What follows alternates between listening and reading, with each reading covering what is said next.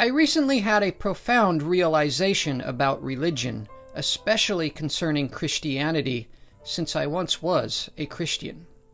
That realization is, in order to believe, in order for anyone to be a believer, there must first be a want to believe. People don't believe based on magical stories or any kind of tangible evidence.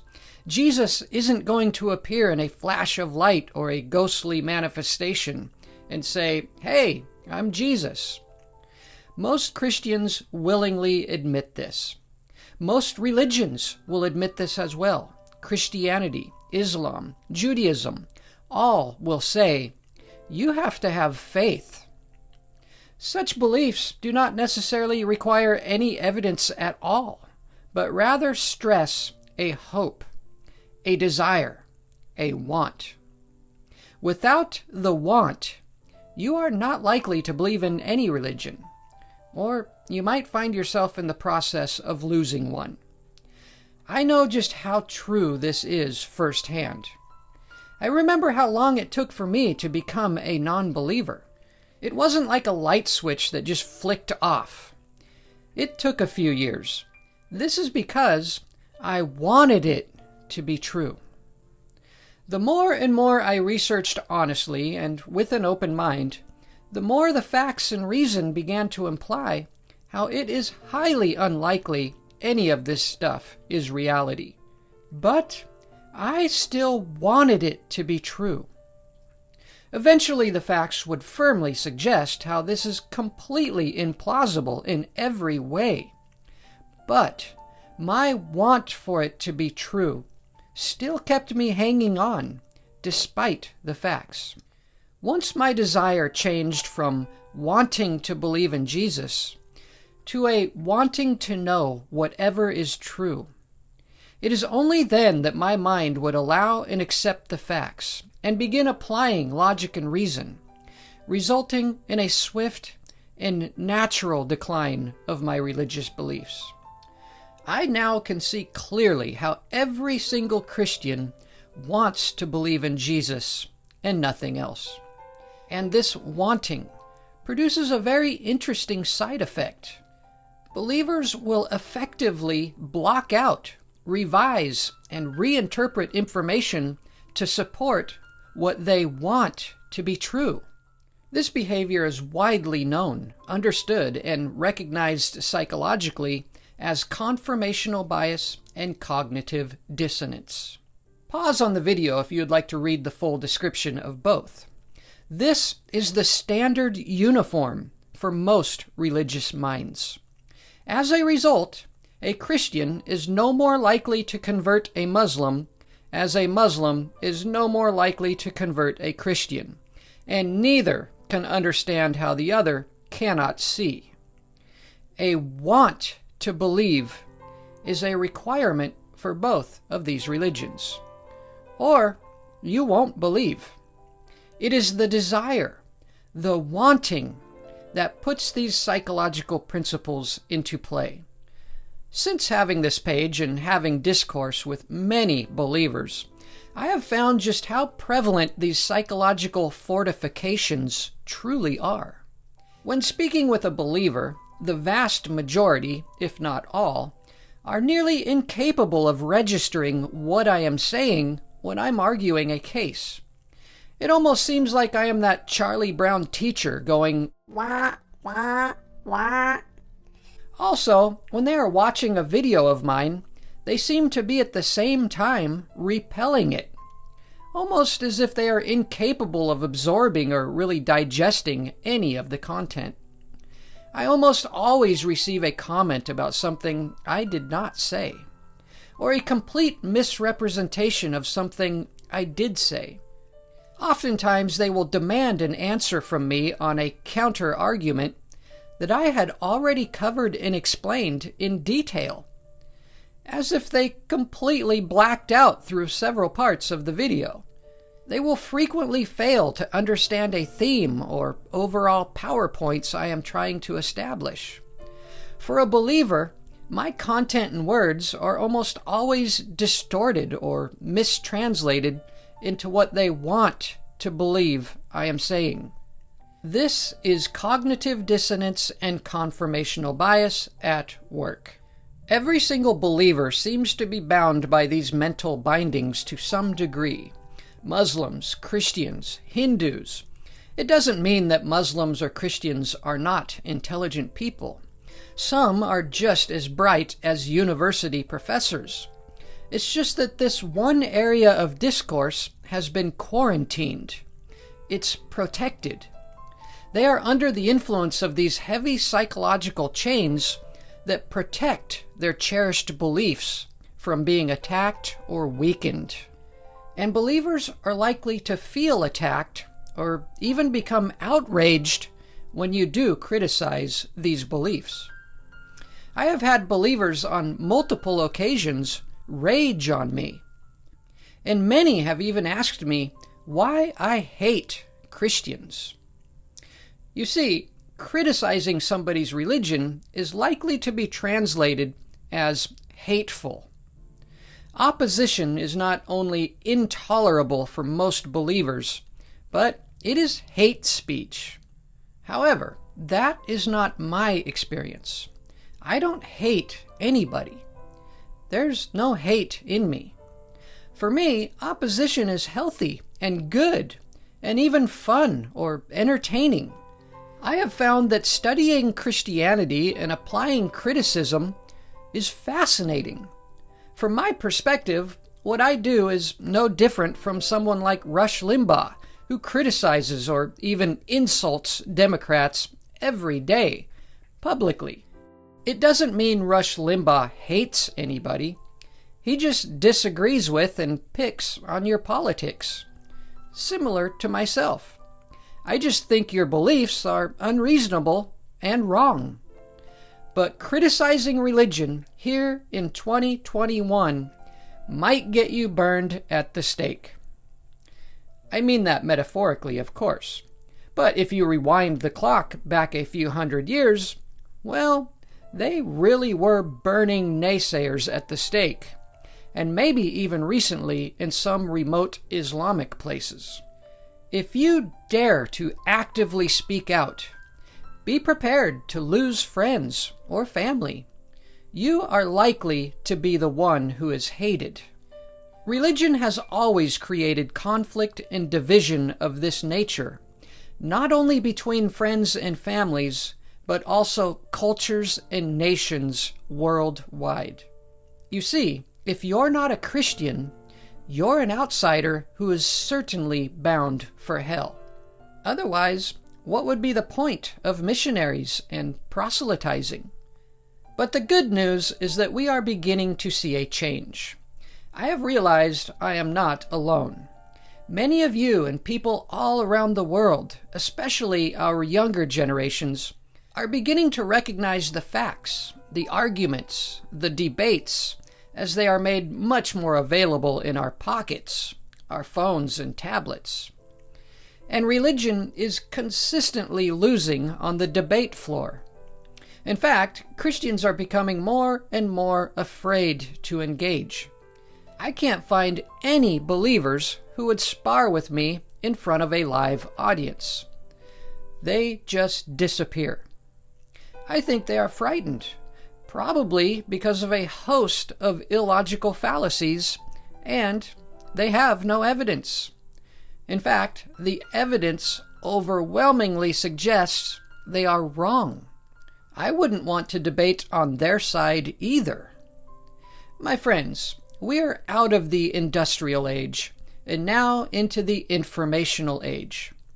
As a result, religion is plummeting in all modernizing states. This is normal. It's very organic. There is no conspiracy. Religion will not easily thrive in an environment where information, logic, and science are the cultural norms. Massive numbers of people are now challenging their mental chains. It is becoming more common and more frequent that a popular pastor steps up and says he no longer believes, or even famous worship leaders. When people want to know what is true rather than wanting to believe in Jesus, the belief is no longer plausible. This would not be occurring if the belief were even slightly reasonable or held any factual or logical merit. The religious teachers are very aware of this problem. Those who penned the New Testament and led the early church knew this well, as the New Testament repeatedly discourages its sheep from the wise, the scientists, the thinkers. They were the enemy. Once the Christian church had secured its place as the official Roman religion, Christianity attacked the Alexandrian library, destroying scientific progress. If it wasn't for Christianity and Islam, we would likely be about 1,000 years ahead technologically right now. The Christian church persecuted scientists.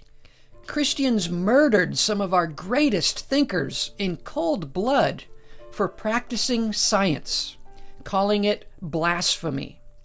Men who had discovered the circumference of the earth, great mathematicians, were shut down and threatened with death if they didn't recant their discoveries, such as Galileo. The church effectively plunged our world into the long and dreadful Dark Ages, until secularism would finally rise again thousands of years later.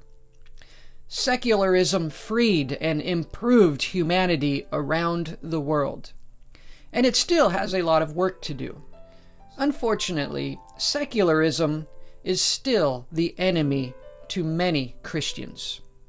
The institutions of secularism that practice science, liberated women and freed slaves, cares for and heals people all around the world, is still the enemy. You see, religion will never easily or comfortably carry forward with advancements in science. This will always result in faith being emphasized and central to one's belief, and even deemed as a virtue. Faith is the cattle call for most of these religions. Whether it is Islam or Christianity, you must exercise faith. But having faith in something doesn't make it true, does it? It just means you have a hope, a want, for a God who loves you personally, hears you, who will bless your life, not only here, but in the next life. Heaven will be waiting for you. Christianity and Islam also utilize fear. You might be scared. People are going to burn in hell. The road to life is narrow. If you don't believe, you're doomed. In fact, many Christians will believe just in case, kind of like an insurance plan for your soul. If they are wrong, they have nothing to lose. Muslims practice this exact same faith. Funny thing is, they both can't be right, but they both can be wrong. Once I had effectively broke the chains and my mind became open and wanting to know what is true, the reality about religion became more clear and obvious. I have often referred to this as my great awakening. My eyes opened. I escaped the powerful mental chains going all the way back to my childhood. And I know many of you know what I am talking about. This feeling of realization is very profound. A lot of us want to share this exciting experience with friends and family, but soon find out they are shunned or even disowned by doing so. You might even find yourself out on your butt or out of a job. I have heard all of these stories. Some folks have even been disowned by parents. One of you who follows this page is in this situation now. But you will feel great and have a new love for life. You might realize how all of your friends, perhaps even some of your own children, won't be burning in hell. And you don't need to run around proselytizing, being a door-to-door salesman for the God of this universe. There are hundreds of positive feelings once you embrace an honest search for truth. You begin to realize you didn't lose anything at all.